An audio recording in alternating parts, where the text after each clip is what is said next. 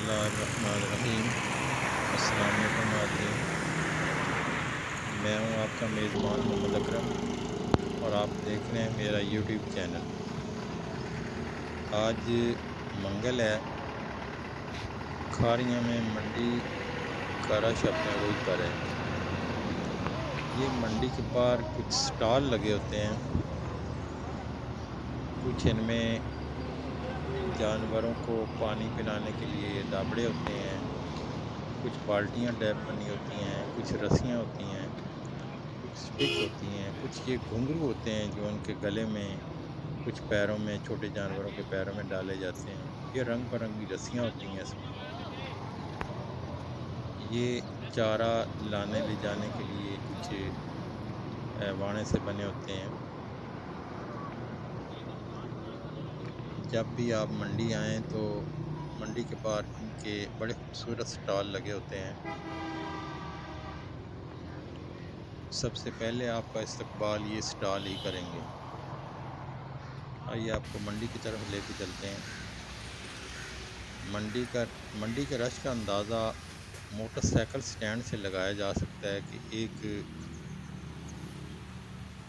बहुत बड़ी तादाद में मोटरसाइकिल स्टैंड पे मौजूद हैं, जो लोग मंडी में अपने अपने कामों से आए हुए हैं।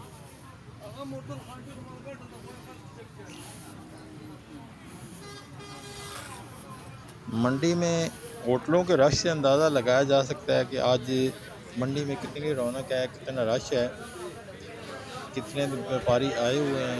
अभी सुबह का टाइम है लेकिन फिर भी होटलों के रश जो है वो देखने के काबिल है।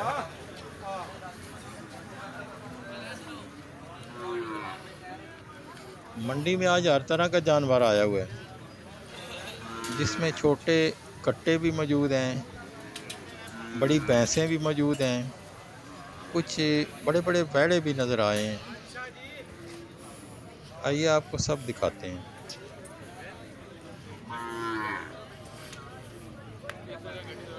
धूप है, गर्मी की वजह से भी जानवर बिलबिला रहे हैं, लेकिन अभी उस हद तक धूप की शिद्दत नहीं है क्योंकि सुबह का टाइम है।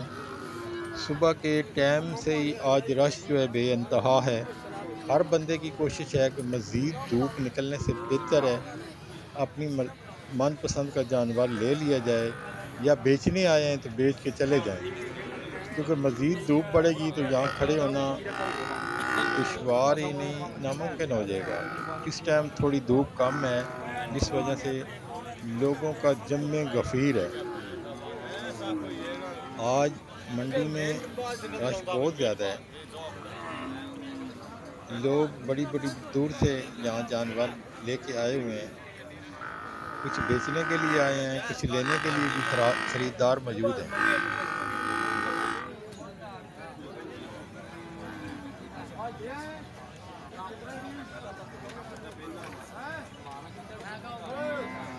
जिस तरफ नज़र दौड़ाएं जानवरों की भी भीड़ है और ख़रीदारों की भी भीड़ है।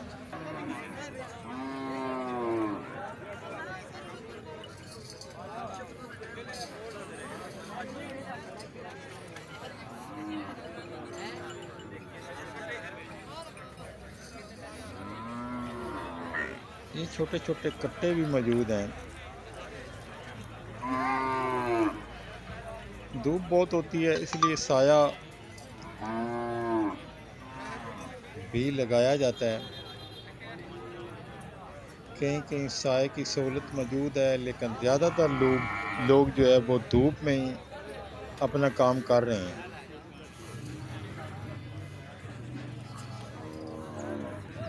धूप में जहाँ जानवरों की दुश्वारी होती है, वहाँ इंसानों के लिए भी यहाँ रुकना, यहाँ खड़े होकर अपना कारोबार करना ये मुश्किल हो जाता है। कहीं कहीं तो लकड़ी के बड़े प्यारे जो है वो छप्पर से बनाए गए हैं, ये आप देख रहे हैं। इनके नीचे काफ़ी जानवर आ जाते हैं। इनमें इनके नीचे खड़े होने की काफ़ी गुंजाइश होती है, इसलिए यहाँ बड़ी सहूलत होती है। व्यापारी यहाँ आके अपना माल मवेशी बांध देते हैं, जिससे आसानी हो जाती है। वरना डायरेक्ट बाहर खड़े होके लेन देन करना सारा दिन तो तकरीबन मुश्किल हो जाता है। थोड़ी देर के लिए चलो कोई लोग लेके खड़े हैं, अब ये इस टाइम फुल रश है, अभी और जानवर आ रहे हैं। बाहर से आने वाली गाड़ियों से अंदाज़ा होता है कि अभी और मज़ीद मंडी में रश होगा।